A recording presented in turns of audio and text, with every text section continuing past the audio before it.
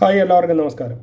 നമുക്കിന്ന് സജന ഫിറോസിൻ്റെ വീഡിയോയുടെ രണ്ടാമത്തെ ഭാഗം ഒന്ന് കണ്ടു നോക്കാം. കഴിഞ്ഞ വീഡിയോയിൽ സജന ഫിറോസ് താൻ അനുഭവിച്ചിരുന്ന ബുദ്ധിമുട്ടുകളെക്കുറിച്ചൊക്കെ പറയുന്നുണ്ടായിരുന്നു. അപ്പോൾ സജന വേർപിരിഞ്ഞ് താമസിക്കാൻ ഉണ്ടായ കാരണത്തെക്കുറിച്ചാണ് ഇപ്പോൾ പറയുന്നത്. നമുക്കാദ്യം വീഡിയോയുടെ കുറച്ച് ഭാഗം ഒന്ന് കണ്ടു നോക്കാം.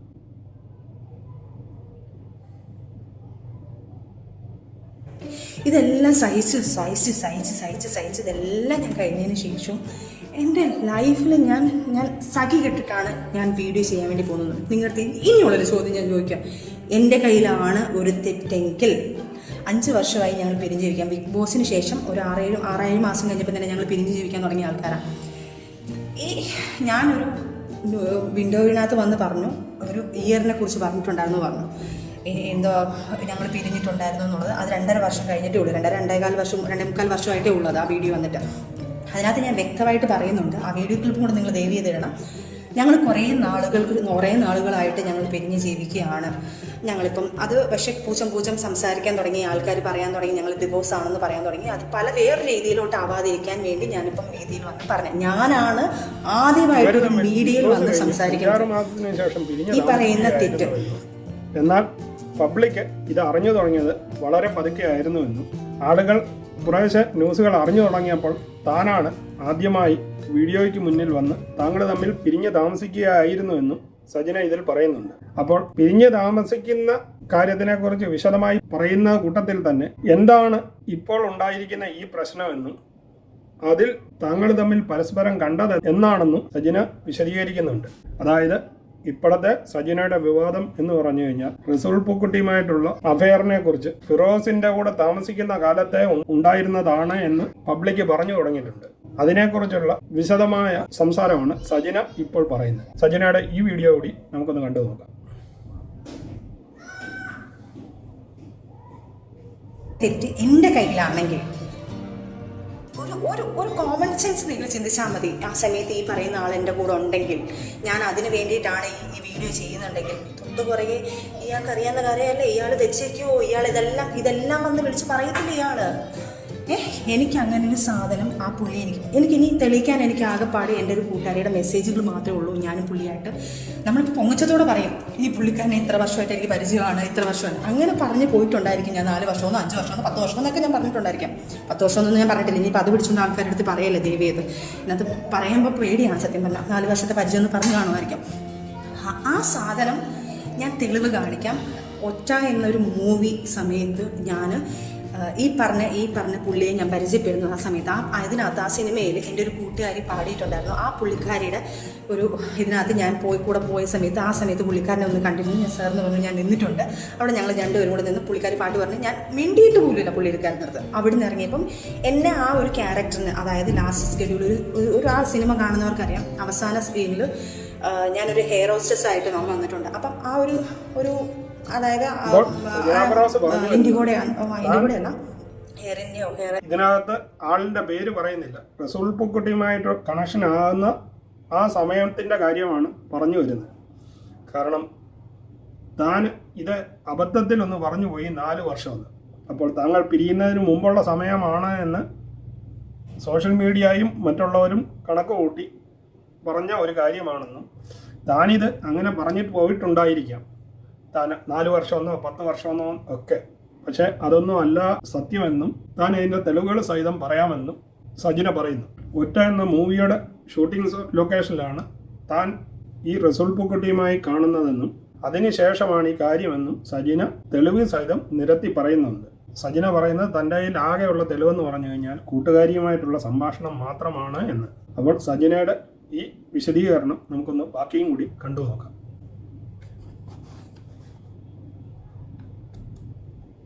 അതിന് വേണ്ടിയിട്ട് എന്നെ വിളിക്കുന്നത് കോൺടാക്ട് ചെയ്യുന്നത് അവൾക്ക് മെസ്സേജായിട്ട് അവളുടെ കയ്യിൽ ആ സ്ക്രീൻഷോട്ട് ഉണ്ട്. അത് ഞാൻ നിങ്ങൾക്ക്, അവൾ നാട്ടിൽ വരട്ടെ, നാട്ടിൽ വന്ന ഉടനെ അതിൻ്റെ സ്ക്രീൻഷോട്ടും ഡേറ്റും എല്ലാം ഞാൻ കാണിച്ചു തരാം.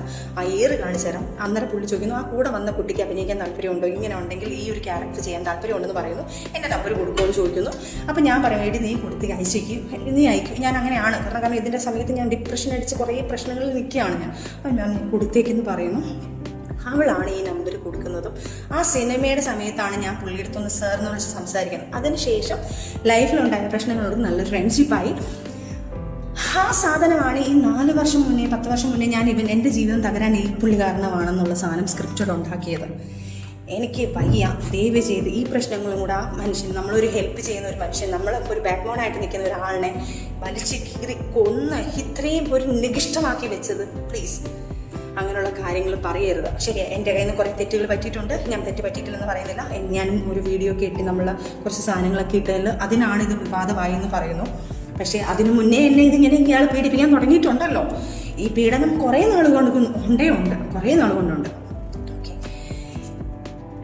പ്രസന്റ് ഞാൻ ഇത്രയും സാധനം ചുരുക്കി ഞാനൊരു കംപ്ലൈൻ്റ് ആക്കി. ഇനി പറയാൻ പോകുന്ന കാര്യങ്ങൾ വരെ ഇവൻ നല്ലതാണെങ്കിൽ ഓക്കെ, എന്നെക്കുറിച്ച് പറയാൻ ഞാൻ അങ്ങനെ നടക്കുന്നു, ഞാൻ ഇങ്ങനെ നടക്കുന്നു. ഇവൻ എനിക്ക് ഡിവോഴ്സ് തന്നിട്ടില്ലായിരുന്നു. ഇവൻ ഡിവോഴ്സ് തരാൻ വേണ്ടി തരാമെന്ന് പറഞ്ഞു.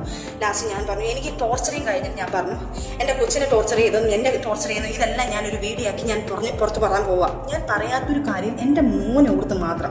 ഇത് കുഞ്ഞുങ്ങൾക്ക് ഭയങ്കര ബാധിക്കും, ഈ കുഞ്ഞുങ്ങൾക്ക് ബാധിക്കും എന്ന് പറഞ്ഞുകൊണ്ടാണ് ഞാൻ ഇത്രയും നാൾ അയാൾക്ക്, കാരണം ഞാൻ പറയാൻ ഇയാളെ കുറിച്ചുള്ള കുറ്റങ്ങൾ ഞാൻ വെളിയിൽ വന്ന് പറയാത്തത്. ഞങ്ങൾ പിരിഞ്ഞു എന്നുള്ളത് പറയാതെ കാരണം ഒരാളെ എന്ന് പറയുന്ന റസൂൽ പൂക്കുട്ടിയുമായിട്ടുള്ള കണക്ഷൻ ഉണ്ടായത് എങ്ങനെയാണെന്നും അതിനുള്ള സാഹചര്യം എന്താണെന്നും സജന ഇതിൽ വിശദമായി പറയുന്നുണ്ട്. പക്ഷേ സജന തന്നെ പറയുന്നുണ്ട്, ഇതിനു മുമ്പ് താനിട്ട ഒരു വീഡിയോയിൽ ഉണ്ടായ പ്രശ്നമാണ് ഇങ്ങനെ ഇതെടുത്തു വെച്ച് ഇപ്പോൾ വീഡിയോ ആയിട്ട് അലക്കുന്നതെന്ന്. അതായത് ഫിറോസ് സജന റസൂൽ പൂക്കുട്ടിയുമായിട്ടുള്ള കണക്ഷനെ കുറിച്ചൊരു വീഡിയോ കഴിഞ്ഞ ദിവസം ഇട്ടിട്ട് പബ്ലിഷ് ചെയ്തിട്ടുണ്ടായിരുന്നു. അതിനെ തുടർന്നാണ് ഫിറോസ് ഖാൻ ലൈവിൽ താൻ ഇത് വർഷങ്ങളായി അറിയുന്ന കാര്യമാണ് എന്ന് പറഞ്ഞ് രംഗത്ത് വരുന്നതും സോഷ്യൽ മീഡിയ ഇതിനെ ഏറ്റുപിടിക്കുന്നതും. ഇതിനെക്കുറിച്ചുള്ള നിജസ്ഥിതി എന്താണെന്നാണ് താൻ ഈ പറയുന്നതെന്ന് സജിന പറയുന്നത്. താനുമായി അങ്ങനെ ഒരു കണക്ഷനൊന്നും ഇല്ലായിരുന്നെന്നും എന്നാൽ തൻ്റെ കയ്യിൽ കുറച്ച് തെറ്റുകൾ ഉണ്ടായിരുന്നെന്നും സജിന ഇതിലൂടെ പറയുന്നുണ്ട്. അപ്പോൾ സജിന തുടർന്ന് ഇപ്പോഴത്തെ കാര്യങ്ങൾ എന്താണെന്ന് വിശദീകരിക്കുന്നു.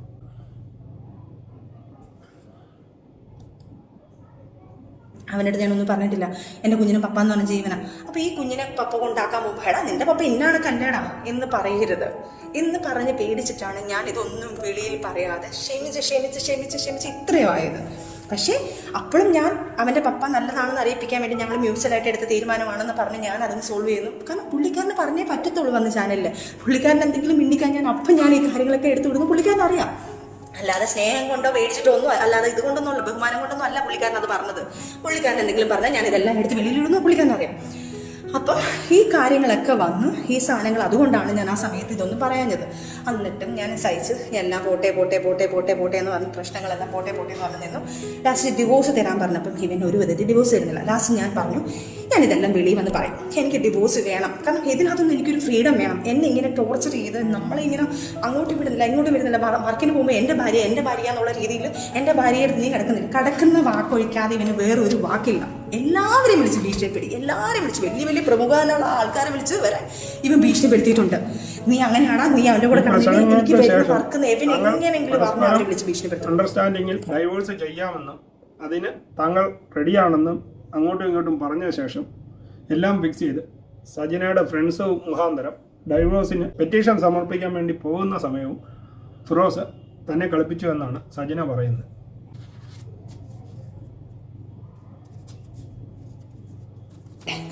ഇലക്ഷൻസ് ഞാൻ പറഞ്ഞു എനിക്ക് ഡിവോഴ്സ് വേണം എന്ന് പറഞ്ഞ് ലാസ്റ്റ് ഈ പേരും പറഞ്ഞിട്ട് അവൻ ഡിവോഴ്സ് തരാമെന്ന് പറഞ്ഞു. മ്യൂച്വൽ ഞങ്ങൾ സൈൻ ചെയ്തു.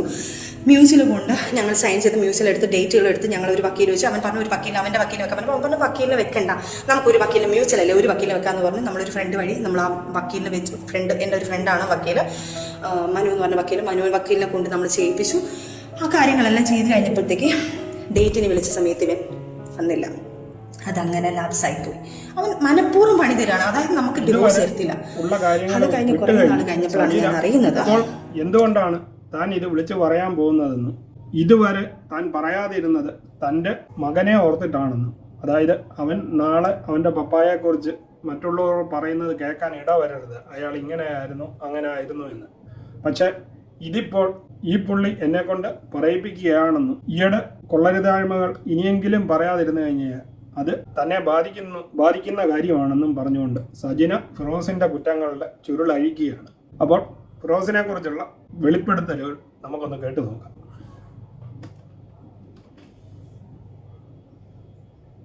ആദ്യ ഭാര്യയെ പുള്ളിക്കാരൻ ഡിവോഴ്സ് ചെയ്തിട്ടില്ല. എന്നെ പറ്റിച്ചാണ് ഇയാൾ മാരേജ് ചെയ്തേക്കുന്നത്. അന്ന് ഞാൻ ആദ്യം പറഞ്ഞതിനകത്ത് പറയുന്നുണ്ട്, ആദ്യ സമയത്ത് ഇയാൾക്ക് ഈ മതങ്ങളെ വിശ്വാസമില്ല എന്ന് പറയുന്ന കാരണം പള്ളിയിൽ പോയി നമ്മൾ ഇത് അന്വേഷിക്കുമ്പോൾ പള്ളിയിൽ പറയും ഡിവോഴ്സ് ആയിട്ടില്ല, ഇവരുടെ ഡിവോഴ്സ് ആയതിനു ശേഷം അടുത്ത് നമുക്ക് നിക്കാഹ് നടത്താമെന്ന് പറയും.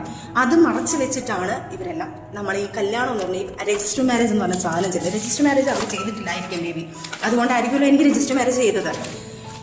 ഈ സാധനം ചെയ്ത് കഴിഞ്ഞതിന് ശേഷം ഞാൻ അറിയുന്നു ഇയാൾ ആ വൈഫിന് പോലും ഡിവോഴ്സ് കൊടുത്തിട്ടില്ല. ആദ്യത്തെ വൈഫിന് 200 പവനോളം അയാളെടുത്ത് യൂസ് ചെയ്തിട്ടുണ്ട്.